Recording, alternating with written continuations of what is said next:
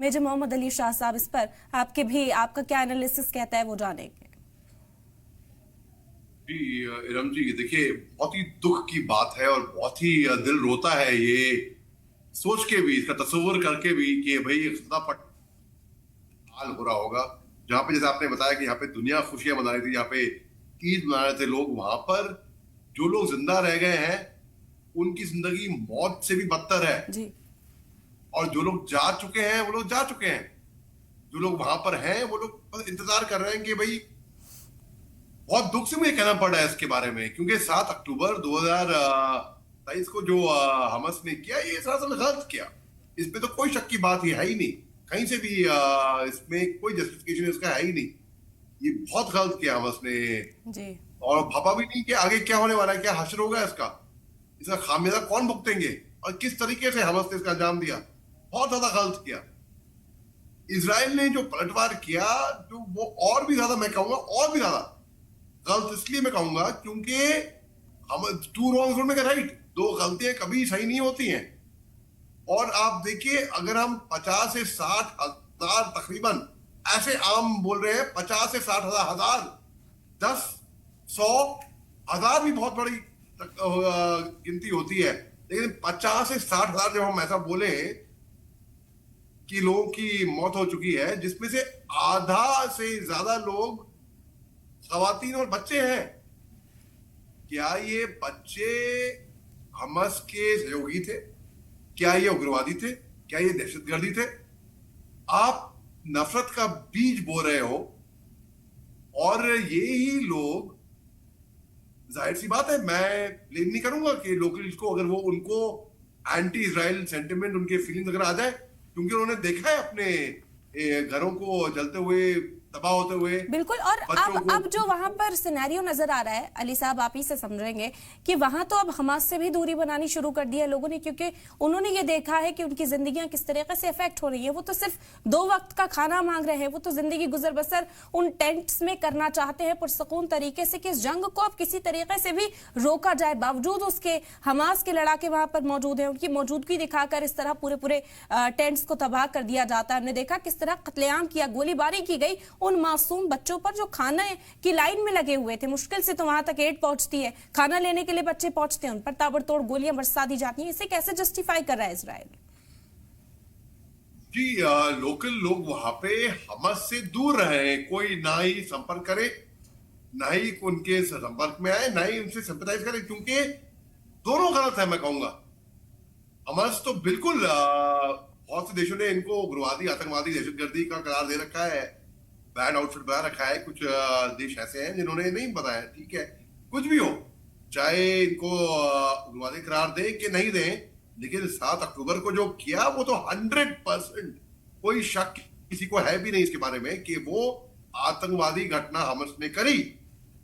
और कहीं पे भी बेगुनाहों का खात्मा होता है, कोई भी प्रोफेशनल आर्मी कहीं पे भी सिविलियंस को टारगेट या निशाना नहीं बनाएगी। जी कोलैटरल डैमेज में भी होता है, मैं मानता हूं, कोलैटरल डैमेज में अगर होता है तो फिर वो बहुत अफसोस जताती है इसके बारे में, और वो ख्याल रखती है कि दोबारा आइंदा ऐसा नहीं हो जहां पे सिविलियंस का कत्लेआम हो।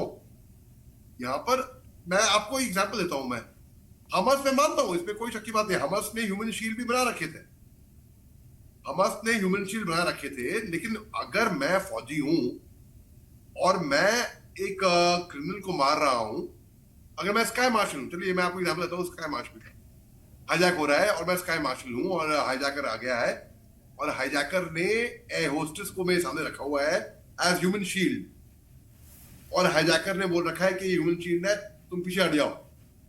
तो मैं ये नहीं बोलूंगा हाईजैकर से कि मेरे को परवाह नहीं, तुम एयर होस्टेस को मार दो, या मैं एयर होस्टेस को मारते हुए हाईजैकर को मारूं। मेरी कोशिश ज्यादा ज्यादा ये रहेगी कि एयर होस्टेस को चोट ना पहुंचे, खरोच भी ना पहुंचे, बल्कि और मैं उग्रवादी को ढेर कर दूं वहीं पे ही। तो इजराइल जो तकनीकी में इतना आगे है, इजराइल के पास बहुत ही सी सहूलियत थी कि वो सी वाटर, गैस आउट, हमस ने भी गुफाएं बना रखी है, वहां पे टनल बना रखे हैं जी। और इजराइल के पास वो तकनीक थी। हाँ, आइडेंटिफाई करना बड़ा मुश्किल है, जहां पे 40,000 से ज्यादा लड़ाके मारे गए थे। हमस एक आइडियोलॉजी थी, इसको तबाह करना मुश्किल था, मैं मानता हूं, मगर नामुमकिन नहीं था। लेकिन आप उसकी आड़ में आप अगर मासूमों की जान लोगे तो ये मासूम, जाहिर सी बात है, कोई भी हो, कहीं बिल्कुल भी हो। और बिल्कुल, मैं जाहिर और तौर एक और पर बात, जब ये कत्लेआम मैडम जी एक बात और, बढ़ेगा तो फिर कहीं ना कहीं इसका मैडम जी असर एक उन बात और, लोगों पर भी पड़ेगा जो इस मैडम जी वक्त एक बात और, निहत्ते हैं। मैडम जी एक बात और। जी जी, बोलिए और बोलिए। मैं यहाँ पर इजरायली या फिलिस्तीनी की बात नहीं कर रहा हूं, मैं यहाँ पे इंसानियत की बात कर रहा हूं। चाहे मरे कहीं पे कहीं भी लोग, चाहे इसराइल से मरे मरे चाहे गाजा पट्टी से मरे, है वो ह्यूमन बींग्स, है वो इंसान पहले। और बिल्कुल ये मैं इंसानियत की बात कर रहा हूँ जी।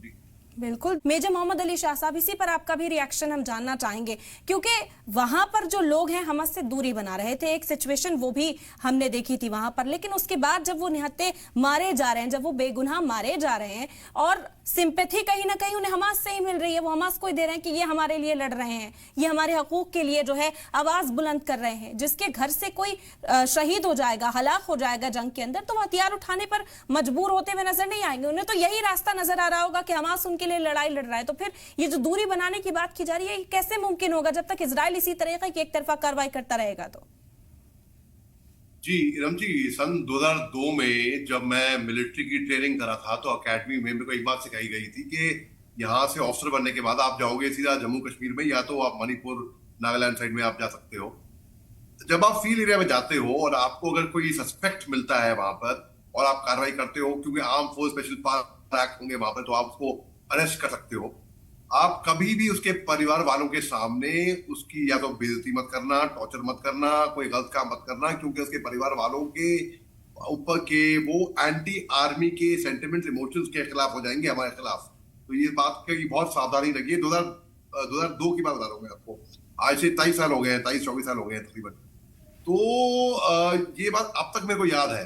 टू क्रिएट गुडविल, हम और हमारी फिलॉसफी थी as military man, by winning heart and mind. और हमने बहुत कामयाबी भी हासिल करी, खासतौर से मणिपुर में, जब हम वहां पर ऑन ग्राउंड असम राइफल्स के साथ जब मैं डेप्यूटेशन में गया था, ऑपरेट कर रहे थे। तो देखिए, तो ये आपका कहना बिल्कुल सही है।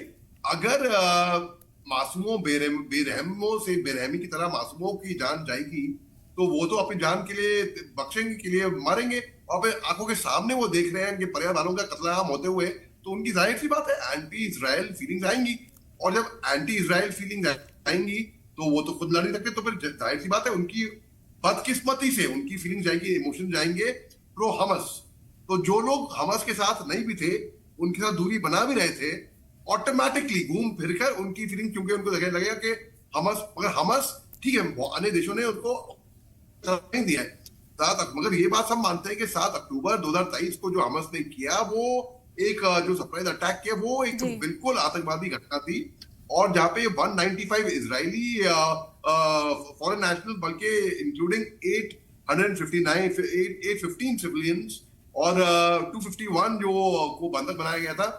तो ये बहुत ही खराब किया हमस ने, ये इनका पूरा खेल बिगड़ा। ये देखिए, ये बहुत पुराना इतिहास है इनकी जंग का। लेकिन अगर मैं इतिहास में नहीं जाऊं, अगर आपको बस जहां तक मैं रिलेट कर सकूं कि 2008, 2009, 2012, 2014, 2021, और ये इनकम्प्लीट रहा। कभी भी हमेशा इनके जंग बिछड़ी, इनकी इनकम्प्लीट रहा कॉन्फ्लिक्ट।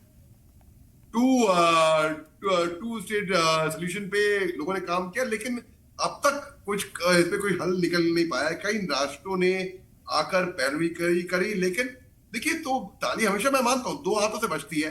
हमस जो कर रहा है बिल्कुल गलत काम कर रहा है। सबसे पहले तो हमस को बंधक छोड़ देने चाहिए, जितने भी है तत्काल फटाफट छोड़ें, क्योंकि इसमें कोई चारा भी नहीं है।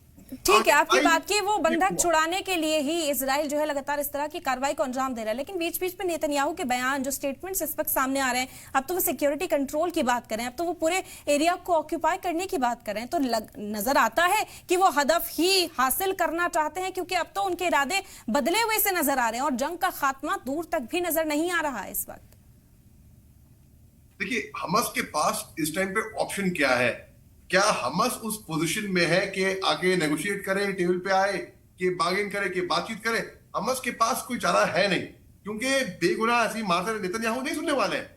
नेतन्याहू वैसे ही और खात्मा करेंगे बेगुनाहों का, बदकिस्मती से।